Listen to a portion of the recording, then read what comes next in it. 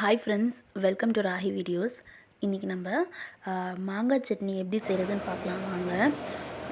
அதுக்கு வந்து மாங்காய் கொஞ்சம் எடுத்திருக்கேன், ரெண்டு தேங்காய் பத்து எடுத்திருக்கேன், கொஞ்சோண்டு கருவேப்பிலை, பச்சை மிளகா கூட நீங்கள் காஞ்ச மிளகா ஒரு பட்டை சேர்த்துக்கலாம்.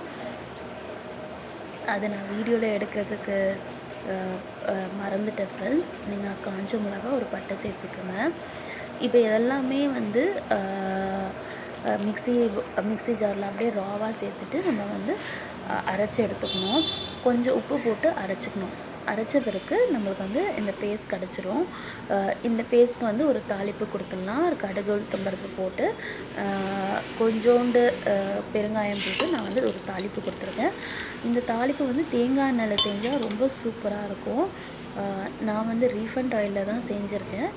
உங்களுக்கு விருப்பம் இருந்தால் தேங்காய் எண்ணெயில் தாளிப்பு கொடுத்து பாருங்கள், செம்ம டேஸ்ட்டாக இருக்கும். இந்த பச்சடி வந்து இட்லி தோசைக்கு சூப்பராக இருக்கும். இந்த துவையல் வந்து சாப்பாடு கூடயும் நீங்கள் வச்சு சாப்பிட்றதுக்கு சூப்பராக இருக்கும். நிறைய வெரைட்டிஸ் இருக்குது சட்னியில். இந்த வெரைட்டி சட்னி நீங்கள் கண்டிப்பாக டேஸ்ட் பண்ணி பாருங்கள்.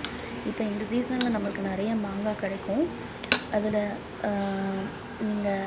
நம்ம எப்போவுமே ஒற்றைக்கடலை சட்னி நம்ம அரைப்போம், இல்லை வேறு எதனா சட்னி அரைப்போம். இந்த சட்னி நீங்கள் அரைச்சி பசங்களுக்கு கொடுங்க, அவங்க ரொம்ப விரும்பி சாப்பிடுவாங்க. ரொம்ப சூப்பராக இருக்கும்.